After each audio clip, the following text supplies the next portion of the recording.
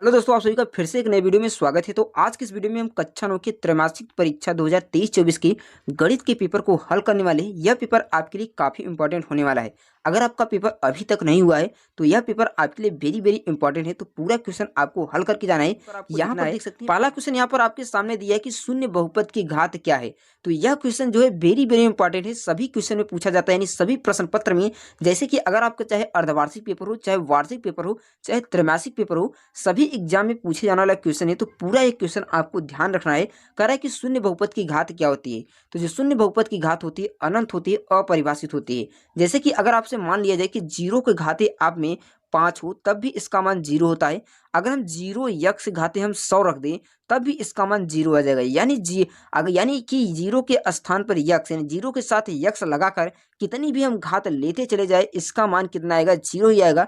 इसलिए इसका क्या हो जाएगा, घात यानी बहुपद की घात क्या होगी, अनंत होगी। कितनी भी घात यहाँ पर रखा जा सकता है। तो ऑप्शन नंबर इसका डी वाला बिल्कुल राइट उत्तर हो जाएगा। उसके बाद दूसरा क्वेश्चन यहाँ पर दिया हुआ है, कह रहा है कि रैखिक बहुपद है। रैखिक बहुपद आपको बताना है कि रैखिक बहुपद का मतलब क्या होता है। मैं आपको पहले बता देता हूँ। रैखिक बहुपद का मतलब होता है जिसमें यक्स का मान क्या होता है, रैखिक हो, एक हो, यानी जिसका घातांक 1 हो। यहाँ पर देख सकते हैं इसमें घातों की संख्या 2 है, इसमें घातों की संख्या 3 है, इसमें घातों की संख्या 12 है। लेकिन यहाँ पहला क्वेश्चन देख सकते हैं यक्स की घात केवल 1 है, उसी को हम रैखिक बहुपद कहते हैं। तो इसका ऑप्शन नंबर ए वाला बिल्कुल राइट उत्तर हो जाएगा। उसके बाद यहाँ पर देख सकते हैं तीसरा क्वेश्चन दिया हुआ कि शून्य बहुपद का शून्यक क्या होता है। शून्य बहुपद का शून्यक हमेशा क्या होगा, शून्य होगा। तो इसका ऑप्शन नंबर कौन सा, ऑप्शन नंबर बी बिल्कुल राइट उत्तर, यानी ख वाला राइट आंसर हो जाएगा। उसके बाद चौथा नंबर क्वेश्चन कह रहा है कि वह बिंदु जहां पर दोनों निर्देशांक आकर मिलते हैं, जैसे मान लीजिए कि x अक्ष हो गया, ये y अक्ष हो गया, दोनों आपस में जहां पर आकर मिलते हैं उसको हम मूल बिंदु कहते हैं। क्या कहते हैं, मूल बिंदु कहते हैं, जिसका निर्देशांक 0,0 होता है। तो इसका ऑप्शन नंबर कौन सा सही, ऑप्शन नंबर सी बिल्कुल राइट उत्तर हो जाएगा। उसके बाद नेक्स्ट क्वेश्चन यहाँ पर देख सकते हैं -1/5 है और -2/5 के बीच परिमेय संख्या ज्ञात कीजिए। जब दो संख्या दिया है उसके बीच परिमेय संख्या ज्ञात करना होता है तो a + b/2 का फार्मूला लगाते हैं। तो दोनों को हम जोड़ देंगे, -1/5 -2/5/2, दोनों का लस लेंगे तो 5 हो जाएगा और 2 1 3 हो जाएगा। कितना हो जाएगा, 3 हो जाएगा और बटे 2 हो जाएगा। 2 का गुणा 5 में करेंगे तो -3/10 आएगा। कितना, -3/10 आपका बिल्कुल राइट उत्तर हो जाएगा। तो कहाँ पर आप देख सकते हैं -3/10 है, तो ऑप्शन नंबर सी आपका राइट हो जाएगा, -3/10। उसके बाद छठवां नंबर क्वेश्चन दिया कि परिमेय संख्या का दशमलव निरूपण सदैव होता है, सदैव शांत होता है, शांत या अनावर्ती होता है, शांत या आवर्ती होता है, या तो शांत या तो आवर्ती होता है। तो आपसे पूछा जाए तो इसका उत्तर या तो शांत होगा या तो आवर्ती होगा। तो इसका नंबर कौन सा सही, ऑप्शन नंबर डी बिल्कुल राइट उत्तर हो जाएगा। 2 नंबर क्वेश्चन दिया कि रिक्त स्थानों की पूर्ति कीजिए। कह रहा है कि रेखिक बहुपद में चर की अधिकतम घात कितनी होती है। तो रेखिक बहुपद में चर की घात अधिकतम कितनी होती है, 1 होती है। उसके बाद क्या कि सबसे छोटी पूर्ण संख्या क्या होती है। तो सबसे छोटी आपको पूर्ण संख्या बताना है, तो सबसे छोटी पूर्ण संख्या 0 होती है। क्या होती है, 0 होती है। उसके बाद कह रहा है कि मूल बिंदु का निर्देशांक कितना होता है। तो मूल बिंदु का निर्देशांक 0,0 होता है। क्या होता है, 0,0 होता है। x+2 का आपको शून्य ज्ञात करना है। तो क्या करेंगे, x+2 बराबर 0 करेंगे तो x बराबर कितना हो जाएगा, -2, इसका शून्य हो जाएगा। उसके बाद नेक्स्ट क्वेश्चन यहाँ पर कहा है कि कड़ी में 6 क्या है। तो कड़ी में 6 एक अपरिमेय संख्या, क्या है, कड़ी में 6 एक अपरिमेय संख्या है, यानी इनरेशनल नंबर है।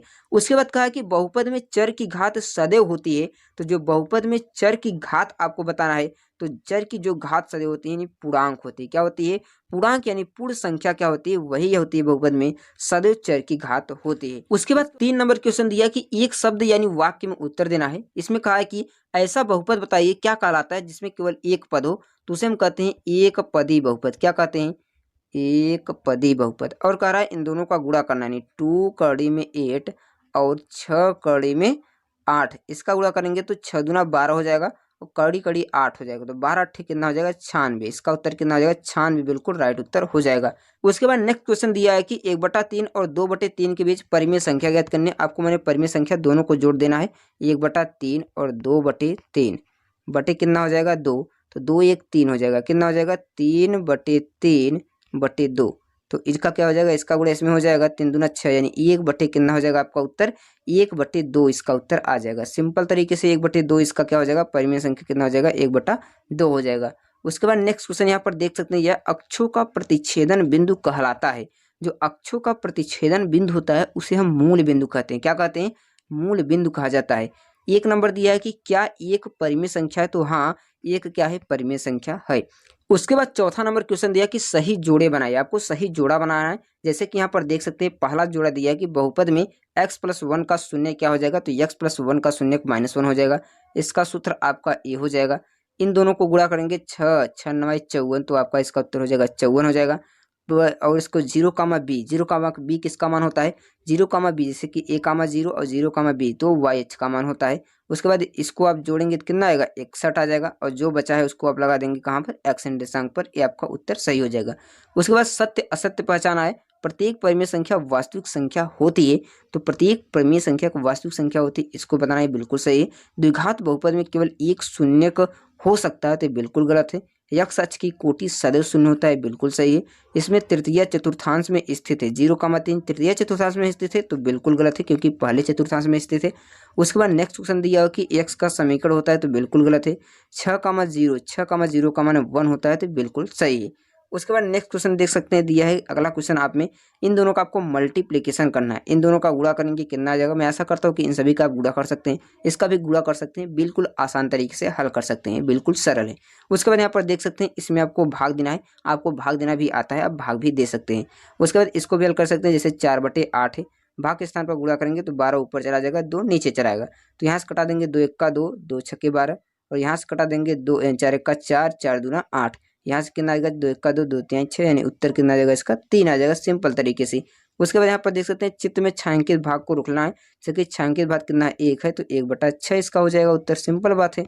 इसको आप जोड़ सकते हैं, जो कि बिल्कुल सरल है। इसको आप सरल करना कितना आसान है, आप सभी लोग हल कर सकते हैं। उसके बाद 9वां क्वेश्चन दिया कि रितु ने एक सेब का 3/5 भाग खा लिया है, शेष भाग उसके भाई ने खाया, तो उसका भाई कितना भाग खाया? तो एक सेब था, इसमें से 3/5 भाग रितु ने खा लिया, तो 5 1 का 5 यानी 2/3 आ जाएगा। कितना उसके भाई ने कितना खाया? 2/3 खाया। किसने ज्यादा खाया? तो रितु ने ज्यादा खाया। उसके बाद नेक्स्ट क्वेश्चन देख सकते हैं, दुकानदार ने एक पेन को 45 रुपए में बेचा, खरीदा और उसको 55 रुपए में बेचा, तो उसके कितने रुपए का लाभ हुआ? तो आप इस 55 में से क्या कहेंगे? 55 रुपये 75 पैसे, क्या है? 55 रुपये 75 पैसे में से आप माइनस कर देंगे कितना? 45 रुपये 25 पैसे। तो आप घटाएंगे कितना आ जाएगा? 13 रुपये 50 पैसे आपका प्रॉफिट हो जाएगा। उसके बाद नेक्स्ट क्वेश्चन देख सकते हैं दिया हुआ है कि खाली स्थान पर आपको हल करना है, तो आपको यहाँ पर मान लीजिए यक्स है, तो यक्स को हल करना है। इन दोनों का गुणा कर देंगे कितना? 6 का 6, 6 दहा में 60, इसका गुणा इसमें का, इस पर गुणा इसमें कर देंगे, तो यक्स बराबर आपका सिंपल तरीके से 30 आ जाएगा।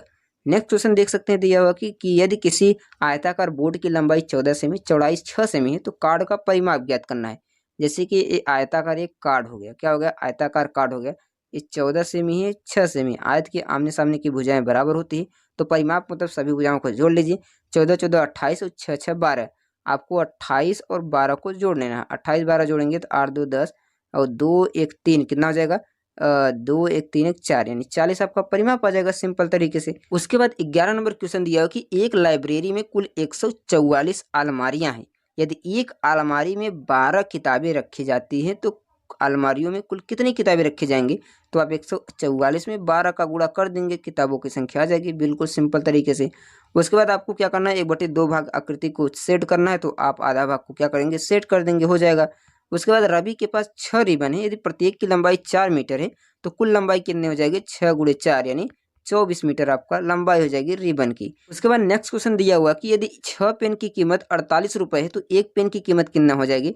तो 48/6, 8 6 48, एक पेन की कीमत कितना हो जाएगी? 8 रुपये हो जाएगी। उसके बाद अथवा आपको कहा कि एक अंश स्टेट में 12 अंक प्राप्त हुए हैं, 24 अंक प्राप्त हुए, अंश बताओ कविता से कितने अंक ज़्यादा प्राप्त हुए? तो 24 में से आप 12 माइनस कर देंगे तो कितना आ जाएगा? 12 आ जाएगा, सिंपल तरीके से। उसके बाद आपको उसमें बड़ा बताना है, तो बड़ा कौन है? आप देख सकते हैं इसमें बड़ा कौन है, आपको सिंपल बताना है, बड़ा ए संख्या है, इधर लगा देंगे, ये बड़ा हो जाएगा। अथवा इसमें आपको 5 और 7 का स्थानीय मान ज्ञात करें, 7 का स्थानीय मान ज्ञात करेंगे 7 आएगा, 5 का स्थानीय मान ज्ञात करेंगे तो 500 हो जाएगा, सिंपल तरीके से। उसके बाद यहाँ पर देख सकते हैं सुरभि को 400 रुपये खुले चाहिए, 20 रुपये का नोट है, तो कितने नोट चाहिए?